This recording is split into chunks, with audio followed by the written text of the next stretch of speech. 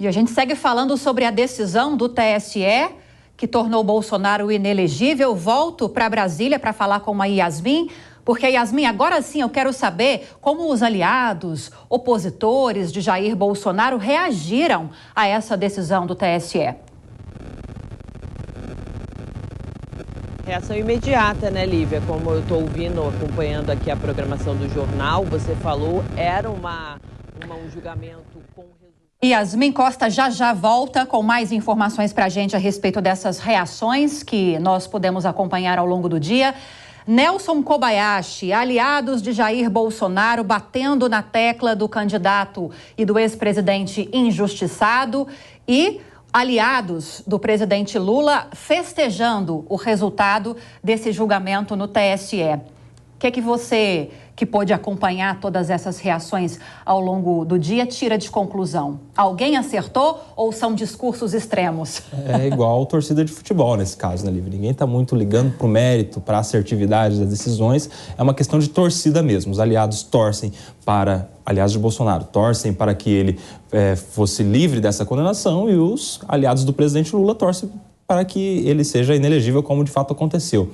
Mas adentrar nesse discurso e nesse discurso de injustiça é a única alternativa que resta ao ex-presidente Bolsonaro e a todos os seus apoiadores. Primeiro porque faz sentido, de certa forma, porque a decisão é discutível, juridicamente discutível, há quem concorde, há quem discorde, então isso está dentro do campo da discussão. Segundo, porque ele não admitiria uma correção dessa decisão, é mais que natural. E faz bem porque o discurso de injustiça, ainda que a curto e médio prazo, também capitaliza. Isso comove as pessoas, faz com que as pessoas se compadeçam do injustiçado ex-presidente Bolsonaro, que foi, segundo o discurso, perseguido pela justiça. Então, é o que resta aos apoiadores do Bolsonaro adentrar nesse discurso de injustiça. E a decisão do Tribunal Superior Eleitoral, que tornou Bolsonaro inelegível até 2030, repercutiu não só aqui dentro do Brasil, mas também na imprensa internacional. O The New York Times classificou a decisão como um golpe significativo para a extrema-direita. O Washington Post afirma que a decisão deve eliminar qualquer chance de Bolsonaro voltar ao poder.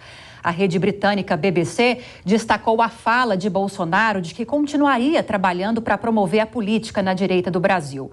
O jornal espanhol El País acusou Bolsonaro de propagar teorias da conspiração. Agora, Dora Kramer, quero continuar a discussão com você, com foco nessas declarações e publicações desses jornais internacionais que o Ocidente, pelo menos, nunca esteve favorável, em posições favoráveis a de Jair Bolsonaro. Como você avalia agora essas publicações, essa repercussão internacional da decisão do TSE? Olha, eu acho que essa história de um golpe definitivo na direita brasileira, não concordo, porque a gente vê que há mais candidatos à substituição, a ocupar esse lugar de, digamos, porta-voz da direita do que havia na esquerda sem o Lula. Uma esquerda sem o Lula era uma esquerda praticamente órfã.